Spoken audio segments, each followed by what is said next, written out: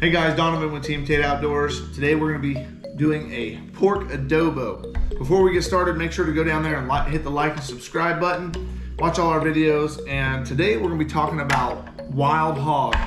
We killed some wild hogs a few videos ago, and we made some smoked pork, some shredded pork, some ribs. Today I'm going to make an Asian dish that I actually learned how to make in the Army. Now, if you are really good at making pork adobo, don't judge me. I don't make this all the time. However, I'm going to modify this a little bit from one of the Army recipes, and we're going to jump right into it. So what I've got here is partially frozen pork loin from a wild hog that I'd killed. And what we're going to do, we're going to take off some of this fat, and we're going to cube this up first. Now, if you can cut up your meat for this recipe while it's still partially frozen, you're going to be better off, because partially frozen meat works out a lot better. We're going to cut these up in about 1-inch squares. When they cook down, they'll cook down kind of small, so don't worry about cutting them. If you like bigger meat, hey, by all means. If you have a lot of the silver skin on it, you can take and flay that silver skin off before you get started. It's real easy. It's almost like flaying a fish if you have a lot of the silver skin. Some of these are, I think this one was a pretty young hog, so it may not have as bad a silver skin. But the silver skin is basically the sinew. That's kind of where you get that gristly feeling. That's on the back of that loin. You take that off, be a lot more appetizing.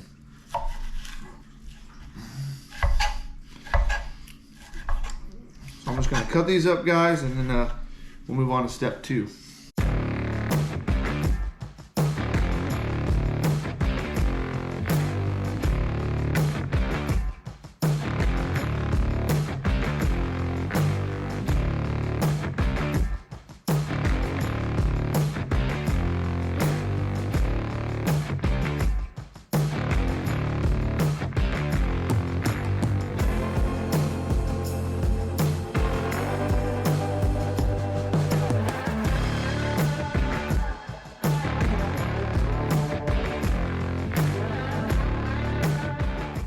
What we're going to do, we're going to brown it, then we're going to start simmering it down so it actually soften up, tenderize a little bit. All right, we're going to add some oil to this hot pan.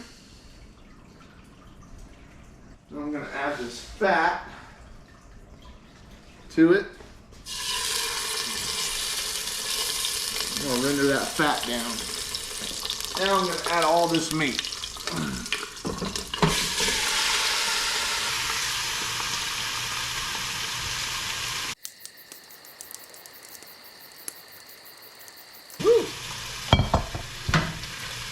Catching stuff on fire.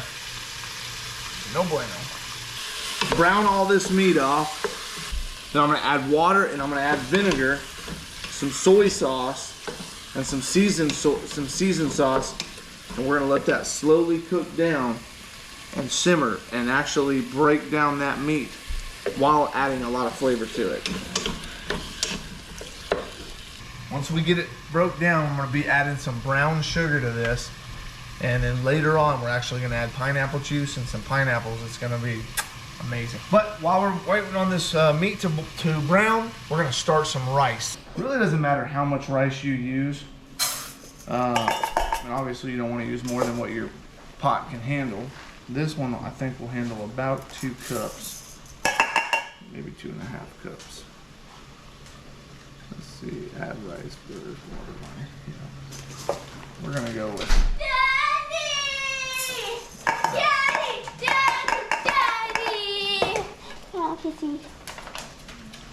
Alright. How was school? Good, since there's no more school tomorrow. No school tomorrow? And the day after that, and the day after that. Yeah? So it's Monday, it's, what's it called? This is my daughter. There's Maddie. Hello. That's Maddie coming in from school. Alright guys, I'm gonna add some, wash this rice. A lot of people don't know this, but you should wash your rice. Oh, Linda's got the camera now. She's filming. So we're gonna wash this rice. Don't get freaked out because I'm gonna show you a method on how to actually add the correct amount of water to your rice. It's super easy. See how that's not coming out clear? There's starch.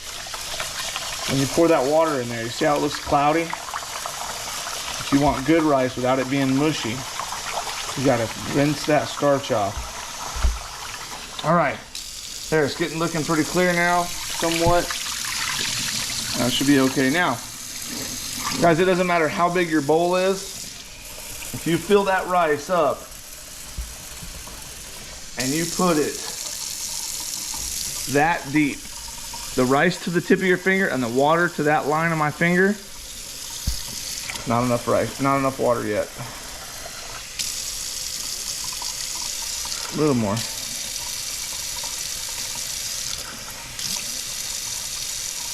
That's right. That's it, guys. No matter how big the pot is, however much rice you add, when you fill it up with water and you go that much water over the rice, perfect rice. And of course, you got to use rice cooker. Okay, back to the pork.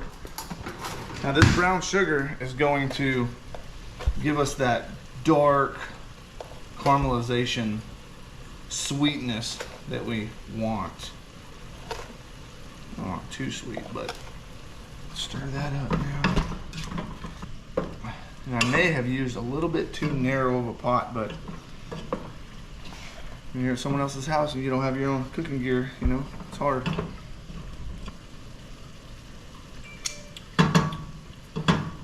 That's yummy. We're gonna add some oyster sauce. How much oyster sauce do we add? I don't know, I've been shaking it in and that's about enough. If you guys if you're gonna buy one bottle of seasoning and you go to the Asian store, buy that stuff. It's Maggi seasoning. This stuff tastes better than soy sauce. Yes. Way better than soy sauce. So we're gonna add that. A little bit of that. And the reason I'm adding a lot of this, we're gonna make this kind of soupy. So I want all this liquid in here. Next, I'm gonna add a little bit of vinegar. That was about 3 tablespoons of vinegar. I'm gonna add a little bit of water. There we go. Stir this all up. I'm gonna bring that to a boil and then I'm going to turn it down and let it slow simmer, put a lid on it. As that low simmers and reduces, as the water evaporates, it's gonna get thicker. The meat is gonna get more tender. We're gonna have the rice, you just dip it over, and then at the very end, we're gonna add our canned pineapple. It's gonna be awesome.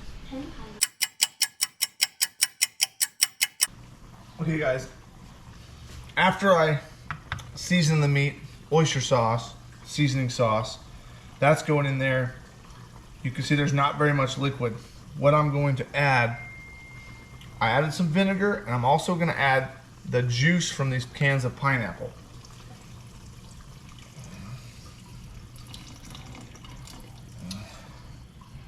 I'm going to add that one. We're going to add, I think, one more.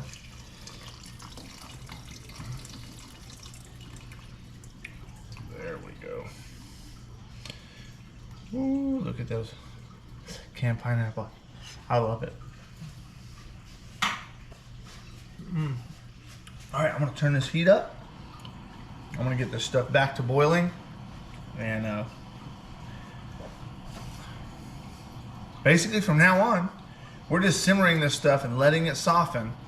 And then if it's still kind of liquidy when it's done, we can add a slurry or a mixture of cold water with cornstarch to almost like a, not a thick paste, but just like a, I don't know, a thin, creamy paste. I mean, like maybe like heavy cream thickness to boiling water to that while it's boiling, and that will give it enough thickness to be like to cover the rice. So should be yummy. I'm gonna let this simmer, and we're gonna be right back to you guys after it's been simmering. I'm not gonna do anything else to it till we come back. The last step of our pork adobo is I've heated it up. I've added the heat. I'm gonna find me a spoon. Here's a spoon, this will work. And I'm gonna, to this mixture, I have some of the sauce that I drained off early on, so I didn't have to add water. Mixture of cornstarch and water. And this is the consistency. You wanna add this little bits at a time. Okay, you only add a little bit at a time. Let the water boil because it won't thicken. Cornstarch and water will not thicken until you're at boiling temperature.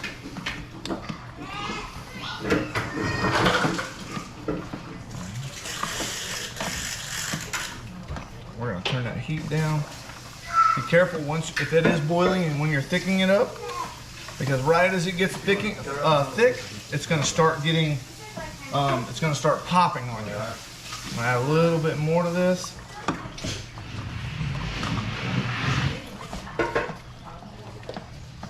Oh yeah.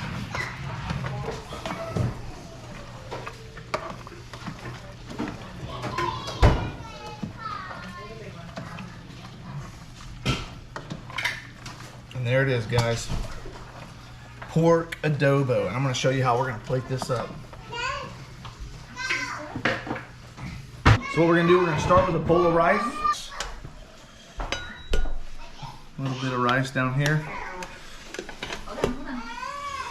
Just like that. We're gonna put the pork adobo right over the top. Just like that.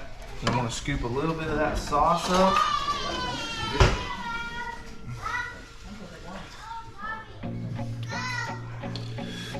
And there we go. Wild Hog pork adobo. Guys, thanks for watching this video. We made pork adobo from scratch from a Wild Hog. It was awesome. Thanks for watching. Remember to like and subscribe. We'll see you later.